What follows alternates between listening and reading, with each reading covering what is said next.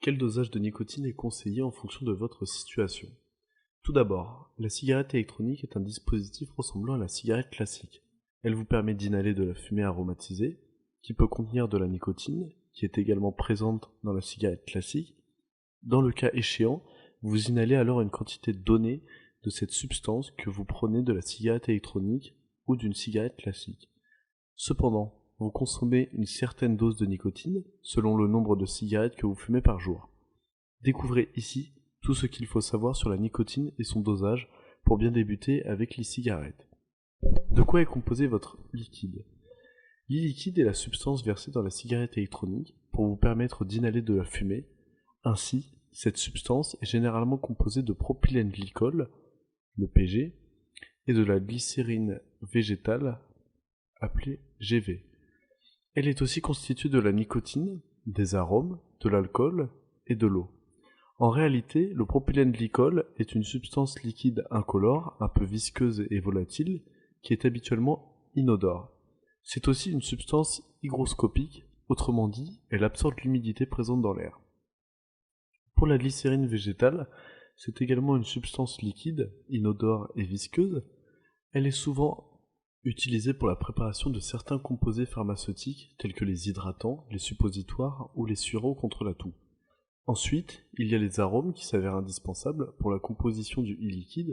Ils permettent de donner de la saveur aromatique à votre liquide.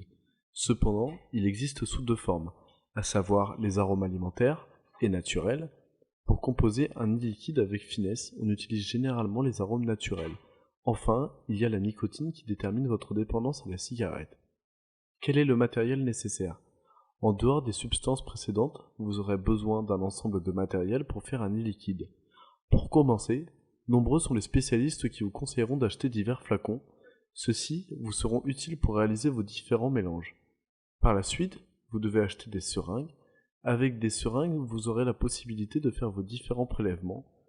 En dehors de ces deux éléments, vous aurez aussi besoin des aiguilles. Celles-ci vous aideront à bien faire vos prélèvements. Pour bien réaliser votre e-liquide, vous devez également acheter des étiquettes à personnaliser.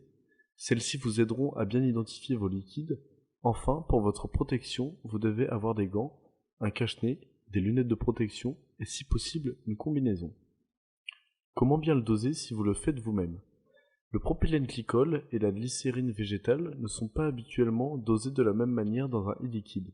Cependant, vous devez mettre un dosage correspondant à votre besoin, c'est-à-dire en fonction de la puissance du matériel dont vous disposez pour vapoter, de la quantité de fumée voulue et de la teneur de l'arôme. Sachez que ce dosage est exprimé en pourcentage de PG, VG, soit 40%, 60%. Dans cet exemple, le taux de PG est de 40% et le taux de VG est de 60%. Ainsi, si vous avez du bon matériel, le taux de PG doit être inférieur à celui du VG.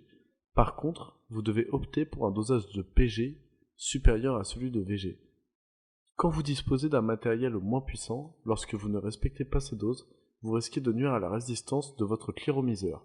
Néanmoins, vous pouvez adopter un dosage de PG 50% et de VG 50% pour plus d'équilibre. Quel est le taux de nicotine dans une cigarette classique? La cigarette classique contient une quantité de 0,65 à 1 g de tabac lorsqu'elle n'est pas allumée. Cette dernière contient entre 7,5 et 13,4 mg de nicotine. En ce qui concerne la cigarette Marlboro rouge, elle contient un taux de 10,9 mg de nicotine.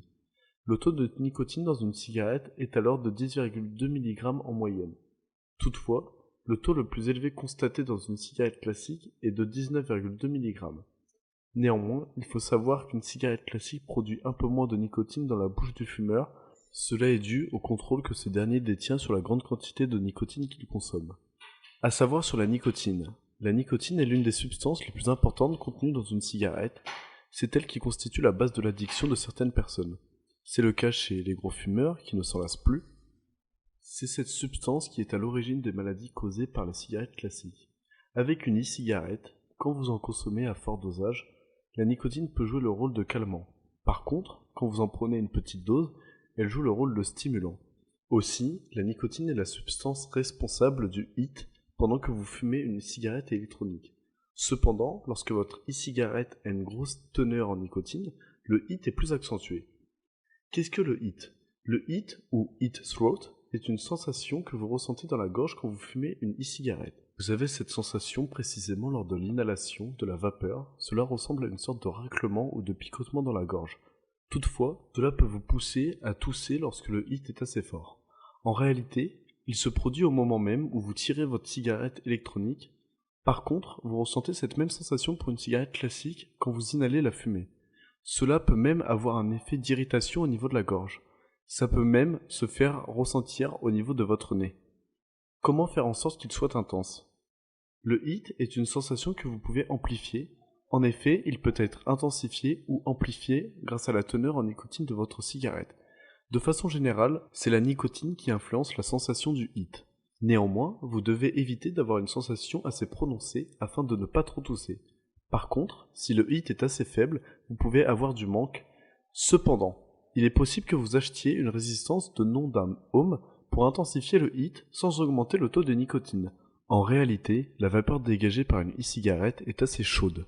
Si vous utilisez une telle résistance, ainsi, ce mélange de chaleur et de dosage de nicotine réduit vous permet d'avoir une plus grande sensation de picotement dans votre gorge. C'est le hit intensifié. Le dosage de nicotine, quel taux choisir pour une bonne base? Lorsque vous avez une idée de nombre de cigarettes que vous fumez par jour, vous pouvez connaître votre dosage de nicotine. Cela vous permet d'en savoir plus sur la dose qui vous correspond le mieux. Si vous êtes un petit fumeur, pour un petit fumeur de moins de cigarettes par jour, le dosage de nicotine à choisir est estimé à 2 mg environ par millilitre.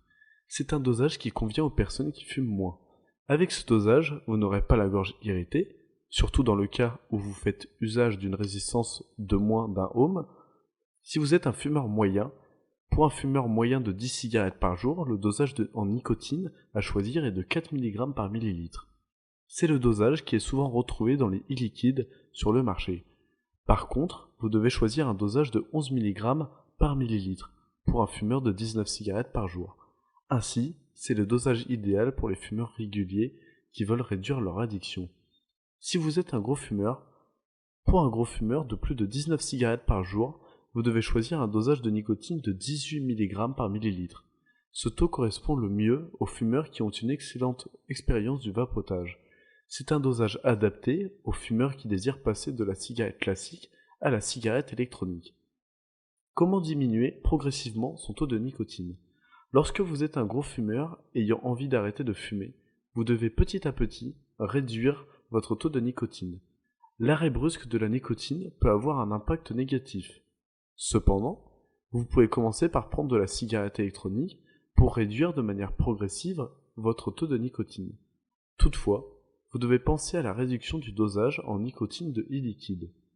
Pour conclure, la cigarette électronique est le meilleur moyen pour arrêter graduellement de fumer. Néanmoins, vous devez savoir choisir votre e-liquide pour avoir une cigarette qui ne coule pas. Il faut aussi un réglage cigarette électronique pour contrôler le dosage en nicotine. Pour arrêter de fumer, vous pouvez aussi opter pour une cigarette électronique sans nicotine. En tant que vapoteur, vous avez le choix de la cigarette électronique comme substitut nicotinique. Vous avez pu constater que le monde de la vape est grand et que les goûts sont variés. C'est donc sans regret que vous essayez de trouver le dosage qui vous convient.